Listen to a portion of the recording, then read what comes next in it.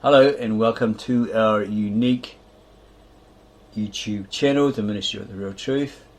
And today we are bringing you the true book of Revelation, or Revelations, and this work of translation of the ancient Church of the East. Book of Revelation is dedicated to Liv Alexander, the wife of the native-born Aramaic-speaking Mesopotamian from Assyria, Victor N. Alexander, pictured here. And this photo was taken under the cross of Olav Tryggvason, the Viking who brought Christianity to Norway in 995. The photo was taken on the island of Moster, outside of Bergen, on Pentecost Sunday 1995, during the 1000-year Jubilee of Christianity celebrations, which he attended. There he is under the cross, pictured there, and here's his wife there, possibly, because she's Norwegian.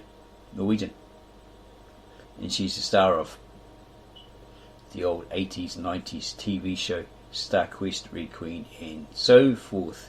She rubbed shoulders with many Hollywood celebrities in her day. And he has here, translating Revelation from the original Aramaic was one of the greatest experiences of his life. The book of Revelation is one of his wife's favorites. She urged him to study it because of its intriguing references to the apocalypse. However, he found out quickly as he began to translate it that it was not about the end of the world so much as an index to the whole Bible. It was, to be sure, Eashoa Msheekha's, or Jesus the Messiah's, revelation of the whole mystery of the universe to John the Apostle, to the disciple who was exiled on Patmos Island for his belief in Eashoa Msheekha, or Jesus the Messiah, or Jesus the Christ. Okay, it was a whole mystery of the universe to John in a magnificent vision. It is a spiritual history of every essential event that has ever occurred, that is occurring now, and that will occur to the end of time. So what we're basically doing is bringing you the real truth of Revelation, because there's many out there telling you a load of cobblers, right? Because they're reading from modern translations of the Bible, be it the NIV, the Living Version, Americanized Bible Standard Version, etc., etc., which all emanate from one source. Apparently, when they translated the original Hebrew, which is translated into Greek, and then they translated into Old Germanic, and then German monk Martin Luther translated into the Latin, and so forth. It's all been corrupted down through the ages, and what you got today is possibly, well, we believe it's a modern Latinized Greek form of the scriptures translated into English. And the Hebrew that you're using today isn't the original classical Hebrew. It's more of a modern Hebrew, or Israeli Hebrew. It's not the original or ancient Hebrew of Moses, etc. We have evidence for that. So we're going to look at this book of Revelations, and it also states the ancient Church of the East was formed during the Apostolic Age. Its scribes copied the scriptures for centuries without changing it. Since it was in their native Aramaic, it never had to be translated. To this day, they have never even translated it to their current vernacular, or the modern Syriac. This is the first authentic translation ever made. Victor N. Alexander translated directly into English, so that the greater number of people, especially Christians, may finally have access to an accurate idiomatic and true. Idiomatic is the way the Eastern people express themselves, these writers, these scribes, and try to put it across to their Eastern readers. And it's a true version of the scripture, or Revelation. And here, chapter 1 to 22, we're going to cover 16 to 19 or 20. Okay, and compare it with the new, or the modern English translations coming from this one source, supposedly corrupted and put out along with its lies from this one source through their associates i.e. the American Bible Society. Okay, so we're going to look at Revelation chapter 16 and then compare all 16 to 19 or possibly 20 to what the English translations say. Okay, so Revelation chapter 16, and this is how it reads. And I, John, heard a great voice telling those 7 angels, spirits of God, go and spoil those 7 chalices of the ferment of Allah. That's the title, the name of God in the ancient Galilean-Aramaic, Kitab, Ashret, etc. Or the Assyrian Aramaic. And I heard a great voice telling those 7 angels, go and spoil those 7 chalices, or those jugs, or vessels of the ferment of Allah on the earth. So it's got a sign of a footnote indication there. Okay. And the first one went and tossed his chalice on the earth, and a wicked pestilence and boars afflicted humanity, those who possess the mark of that demon, and those who worship his image. This demon, in their language translated into English, is inhumane creature, anti-man. It's a man-hater. It hates man, okay? Humankind, and those who worship his image or his likeness. Right? And the second angel spilled his chalice over the sea, and it became like the blood of the dead, and every living breath died for those who lived at sea. It's like everything that breathed, and the breath of life died for those who lived at sea. So all the fish, etc., by the sounds of that, all died. And the third angel spilled his chalice in the rivers and water springs, and they turned into blood. And I heard the angel, this is John, I heard the angel of the waters declare, one who had charge over it possibly, or the one who is spilling this chalice, holy are you, he who is, he who always was, and immaculate, for you have judged them. For the blood of the saints and the prophet they spilled, and the blood that you gave them to drink, they do deserve it. This is the wrath they're getting for killing the saints throughout the centuries. And the blood that you gave them to drink, they do deserve it. And John, John, heard the altar cry out, or voice from the altar, yes, indeed, my Allah, or Lord, Master, God, who is the one and only, for all true and holy are your judgments. And the fourth one spills his chalice, etc., over the sun, and he was given to scorch humanity with the fire, and those people were scorched in the great heat, and people blasphemed against the name Allah, of Allah, or God, who has authority over these plagues, and they did not repent so as to give him glory. And those people were scorched in the great heat, and people blasphemed against the name. We just read that. And the fifth one spilled his chalice on the throne of that demon, and made his kingdom dark, and they chewed their tongues because of the soreness. And they blasphemed against the Allah, or the God of heaven, because of their sores and their pestilence, and they did not repent of their works. And they blasphemed against the Allah, or God of heaven, because of their sores and their pestilence, and they did not repent of their works. And the sixth one spilling his chalice on the great river Euphrates, and its waters dried up, so that the way was laid out for those kings from the rising sun. And I, John, saw emerging from the mouth of the dragon, and from the mouth of that demon, and from the mouth of the false prophet, 3 filthy spirits like frogs. For they are the signs of the demon of oblivion, those that go to all the kings of the world to gather them for battle of that great day of Allah, or God, who is the one only for all. And behold, I am coming like a thief. This is someone declaring it. Blessed is the one that observes and guards one's clothing, so as not to flee naked and be seen in one's embarrassment. And they gathered to that place which is called in Hebrew Armageddon. And the seventh one spilled his chalice on the air, and a great voice emerged from the temple that declared, here it comes. And there was lightning, it's supposed to be lightning, it's got here lightning, and thunder and sounds, and there was a great earthquake like there never was since there were human beings on earth. So a great earthquake that there occurred. And every island ran away, and the great city was split for the 3 of them, and the cities of the nations fell, and Babylon the Great was remembered before Allah, before God, as it was given the cup of wine of that ferment of Allah, or God's anger. And every island ran away, and there were no mountains to be found. And a great hail, heavy like talents, fell from the sky over humanity, and those people blasphemed against Allah or God because of the punishment of that hail, for great was its striking power. Okay, so we're going to go through this briefly because it's got footnotes at the bottom of every chapter. That's what he's provided, what it actually means.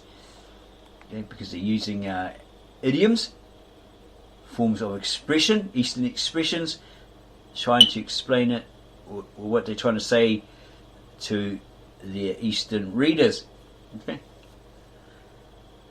Okay, so 16:1.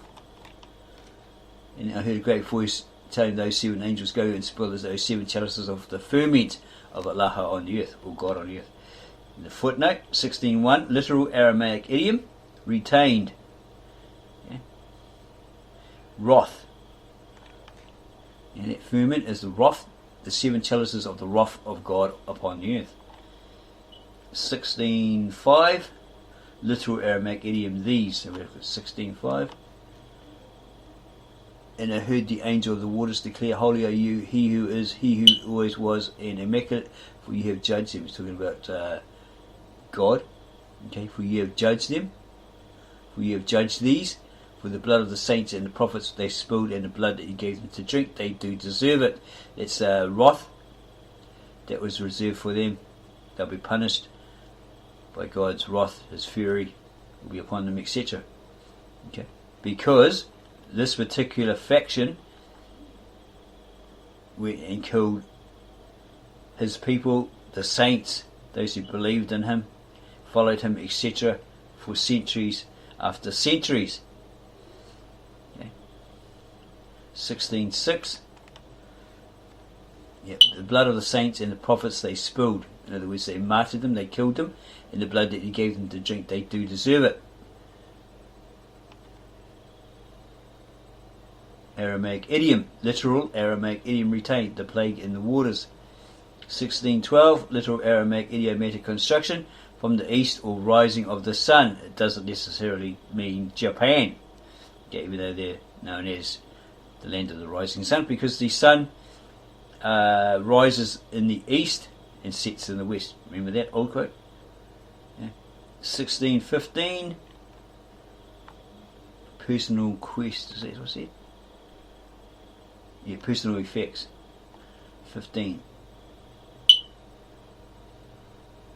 And behold, I am coming like a thief. Blessed is the one that observes and guards one's clothing so as not to flee naked and be seen in one's embarrassment.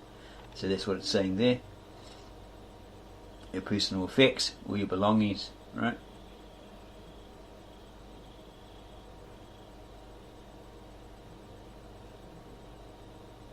Okay, so yeah, that'll be the clothing and all that sort of stuff.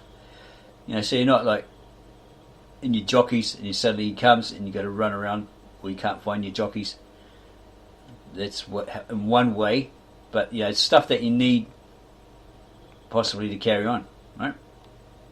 Okay, what's this? 16:15. Okay, 16:15. Embarrassment. Okay. Literal Aramaic idiom, stride. Flee, to stride. Okay. Yeah, this is personal effects, one's clothing, or personal effects, so as not to flee or to stride naked and be seen in one's embarrassment to be running around and be seen without these things, right? To one's embarrassment. Okay, 16:16, literal Aramaic idiom, city of defilement. And they gathered to that place which is called in Hebrew, this is the ancient, original, ancient, very old Hebrew, the Ketav Ivri, or Avri, not this modern Israeli Hebrew, with their dot system, vowels added, or the Masoretic text or anything like that, right? It's the Ketav Ivri, or there's another one called the Ketav Hotep, which we haven't found any information of. Supposedly Moses learnt from his grandfather or father when in Egypt. Okay, so it says here, and they gathered, all these people gathered, right, that fled, they gathered to that place which is called in Hebrew Armageddon.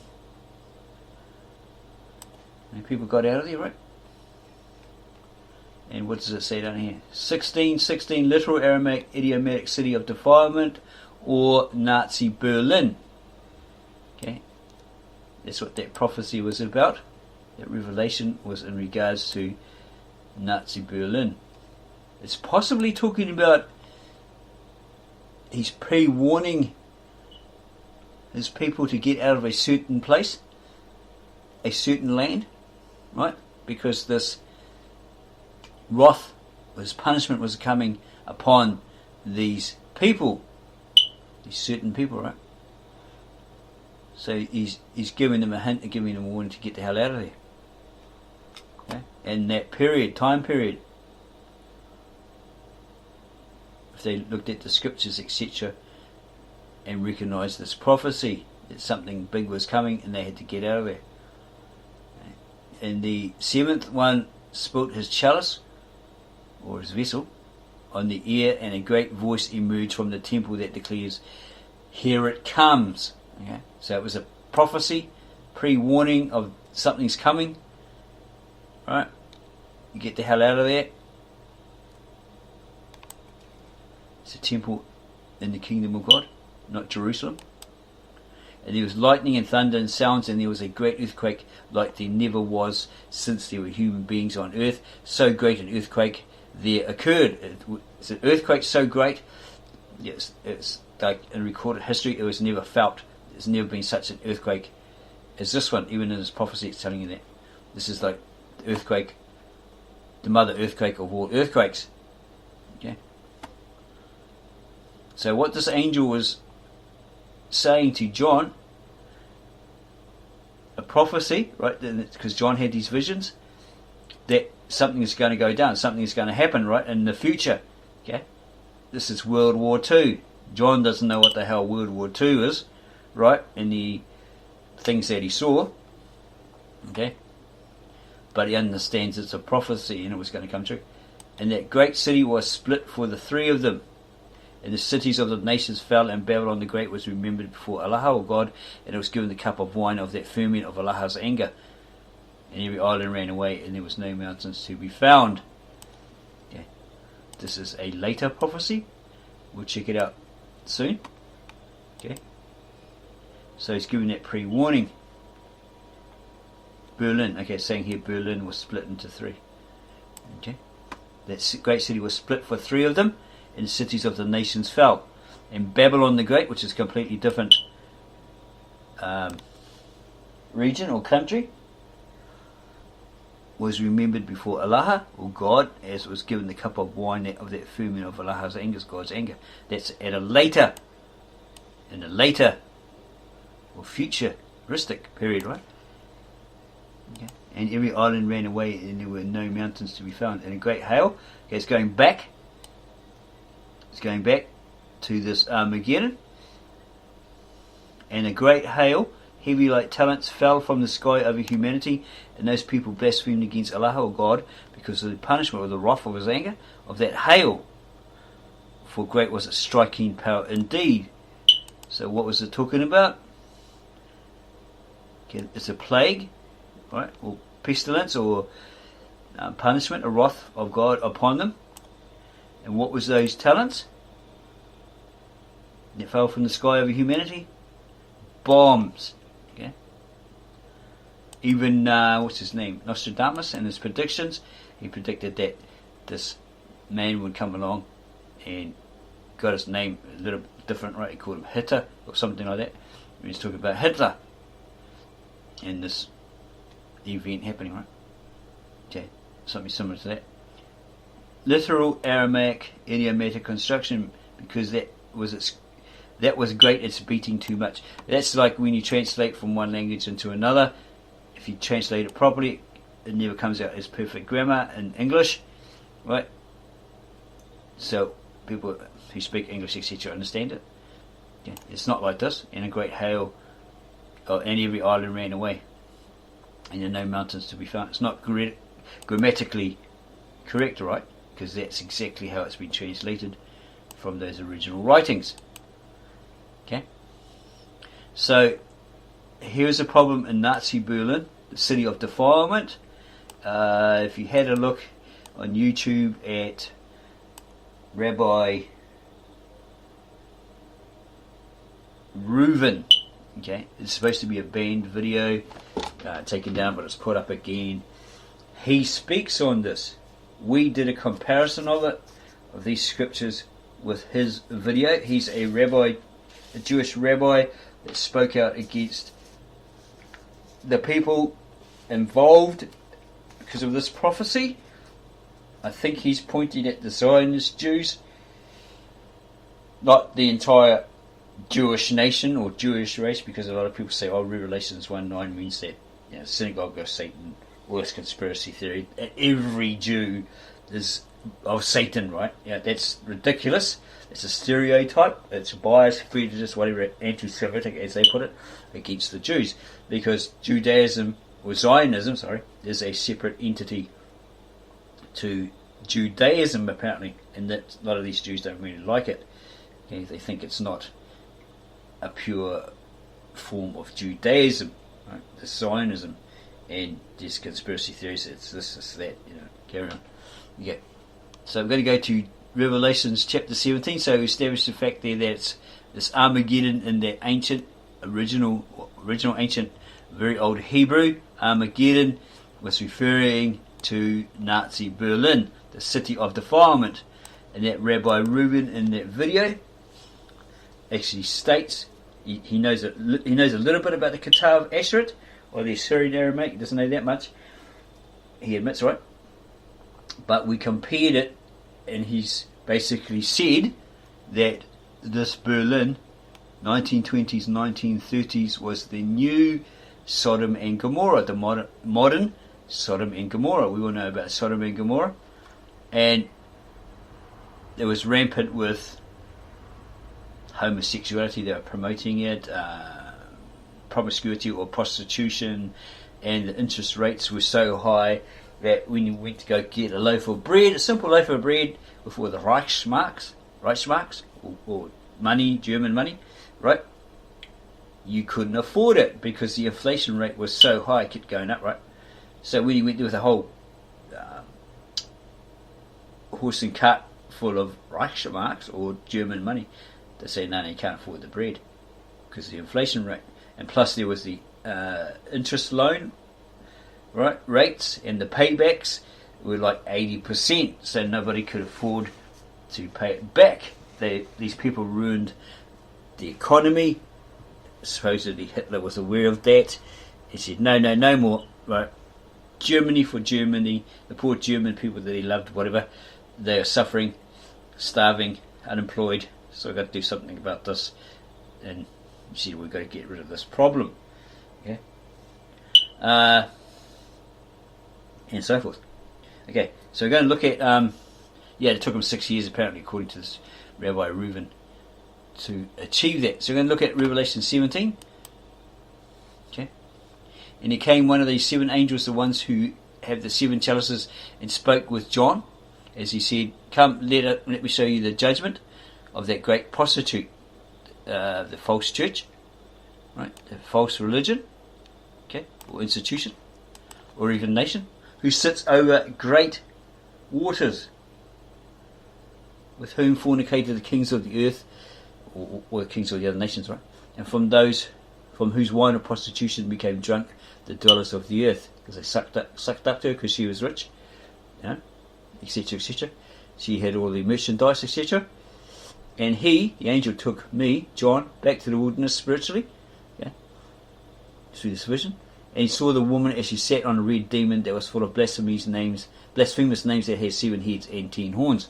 And that woman was dressed in purple and scarlet, and adorned with gold, precious stone and pearls. There was a golden cup in her hand, which is filled with the filth and uncleanness of her prostitution on earth. And that woman was dressed in purple and scarlet, and adorned with gold, precious stones and pearls. There was a golden cup in her hand, which is filled with the filth and uncleanness of her prostitution on earth. And between your eyes the disposition there is written, Babylon the Great, mother of prostitution and earthly satisfactions. And I, John, saw the woman that was drunk with the blood of the saints and the witnesses of Eashoa, or Jesus the Messiah. and I was amazed as I saw the great wonder. It's like bedazzled. Wow, why she's so powerful, etc., etc. Wow. And the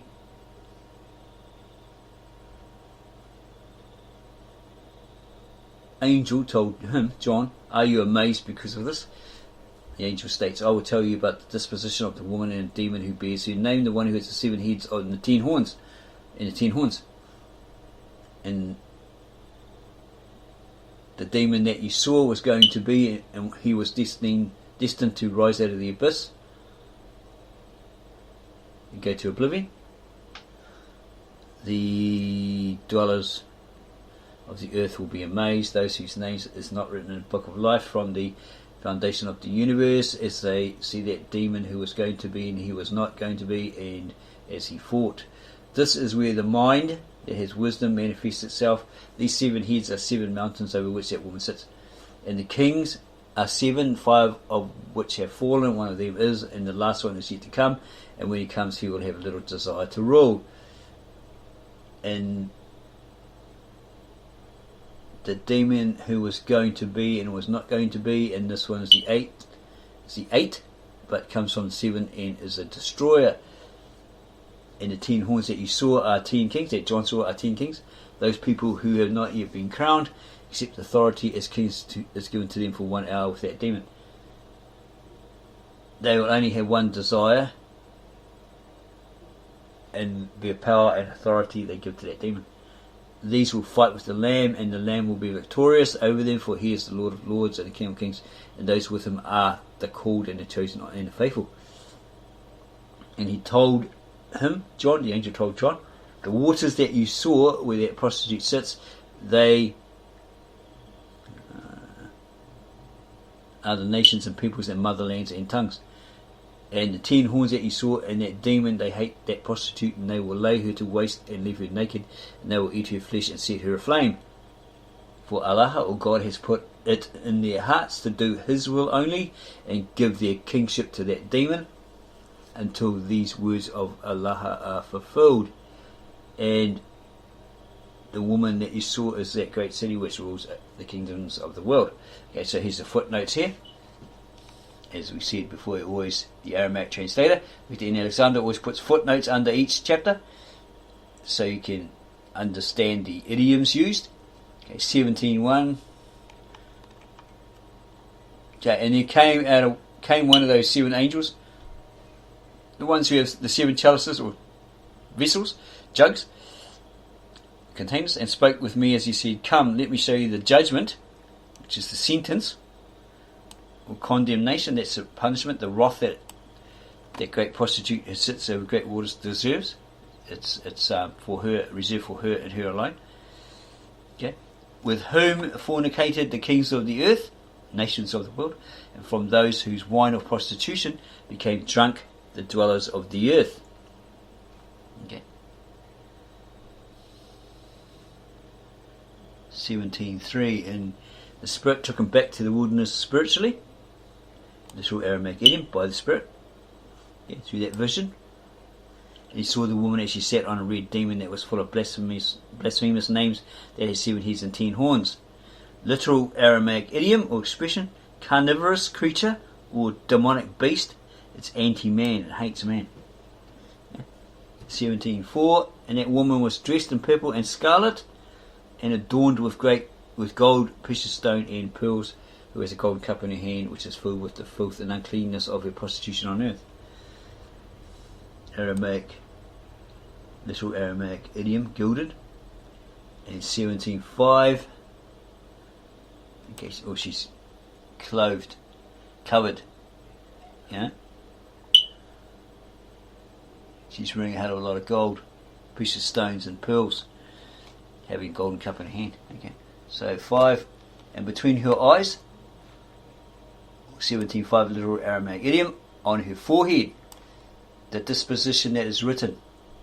This is a sign, right? Symbol. Okay.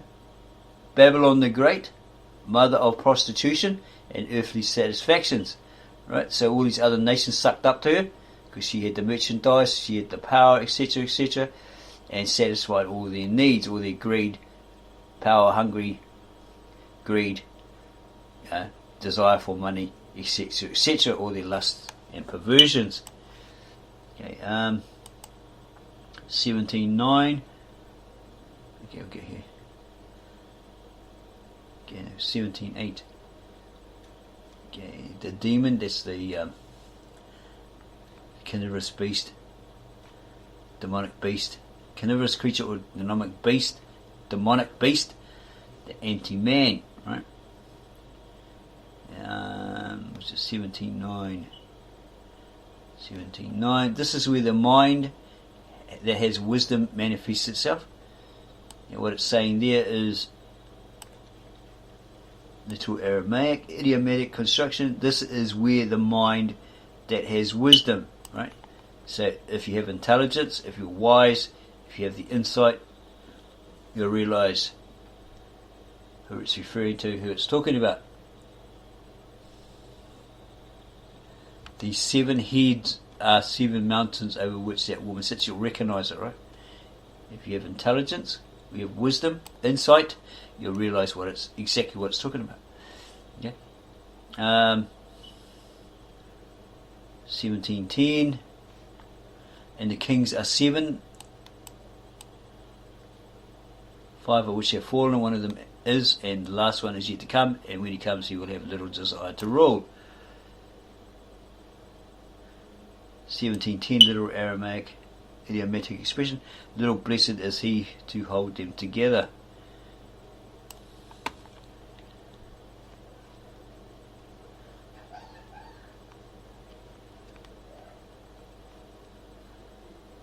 Yeah, he doesn't have much power to keep them united, right? Yeah, and by the looks of this, he doesn't want to rule anyway. But yeah, in that expression, in that footnote, little blessed is he to hold them together. He doesn't have that power to keep them united. Okay, as one. Okay, so 17:11, and the demon who was going to be and was not going to be, and this one is the 8, but just basically means and. He comes from the 7 and is a destroyer or annihilator, oblivionator. Okay. Little Aramaic idiomatic expression, oblivionator. He sends them to their doom, right? To their eternal end. 17:12, little Aramaic idiom. And the 10 horns that you saw are 10 kings, those people.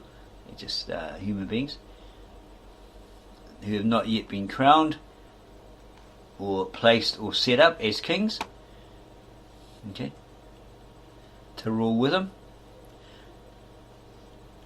except the authority as kings is given to them for 1 hour with that demon. So they got this power for a time with that carnivorous creature or demonic beast.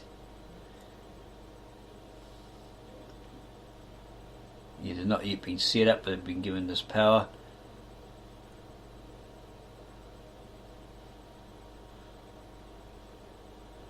With that carnivorous or demonic creature to do its bidding, probably.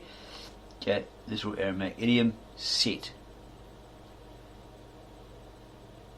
They only have one desire, and their power and authority they give to that demon. It's their loyalty, their allegiance, okay, their entire being. And these will fight with the Lamb, who's that? The Son of God, right? The Messiah. And the Lamb, Son of God, the Messiah, shall be victorious over them, for he is the Lord of lords and the King of kings. And those with him, or those who are following him, coming behind him, or following him, or the worshippers, etc., the called and the chosen and the faithful. Yeah, those who are on his side are the called and the chosen and the faithful. Many are called, or many are, what's it saying? Many are called, but few are chosen. Okay, so they must be like these special, like, right? And the 10 horns that you saw in that demon, they hate that. Okay, what's this? Yeah, these will fight with the Lamb, etc., etc. And he told me, John, the angel told him, the waters that you saw where the prostitute sits. They are the nations and people. So that's what it's symbolic, right? It's to hide it from the Romans. You know, we would have said, well, right, what you write nasty things about Rome. We're the good guys, right? And probably destroyed it. Maybe put him to the sword. And he told me, the angel told John, the waters that you saw where that prostitute sits, this is a false church or false nation, okay, pretending to be all holy, etc. Right? A wolf in sheep's clothing. They are the nations and peoples and motherlands and tongues, all the ones that sucked up to her. And the 10 horns that you saw in that demon, they hate that prostitute. They really hate her, but because she's got like riches, gold, fulfills their earthly desires, lusts, perversions, etc. They will lay her to waste and leave her naked, and they will eat her flesh and set her aflame. Okay, 1716. Okay. Literal Aramaic idiom, make.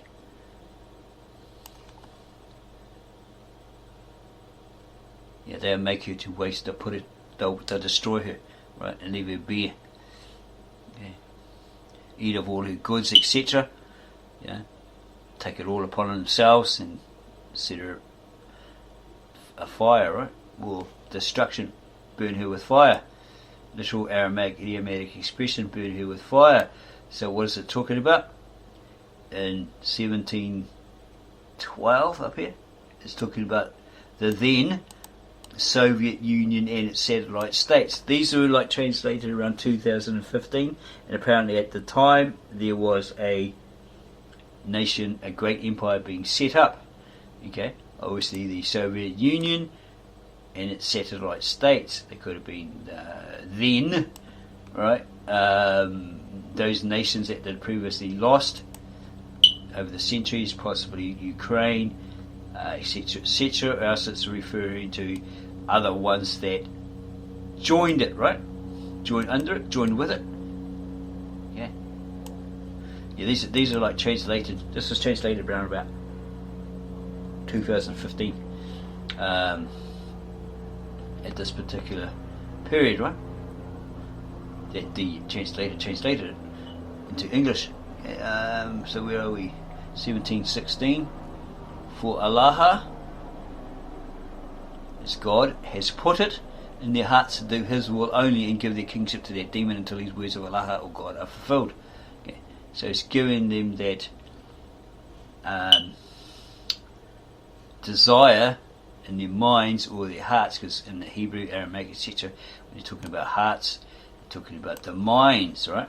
Their minds, because hearts don't think. It's just a muscle that pumps oxygen and blood, etc., or helps pump blood around the body, right? Okay, it doesn't have a mind of its own. It's all to do with idiomatic expression, right?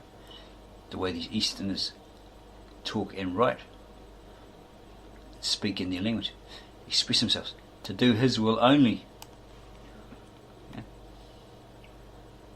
To do one will, His will. Okay? He hands them over to this demon, right?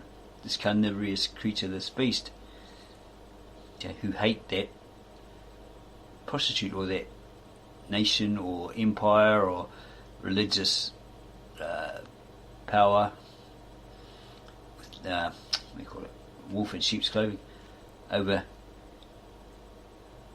They'll join her, right, but then they'll turn on her and they'll lay her to waste or destroy her. Okay? Set her aflame, destroy her, right?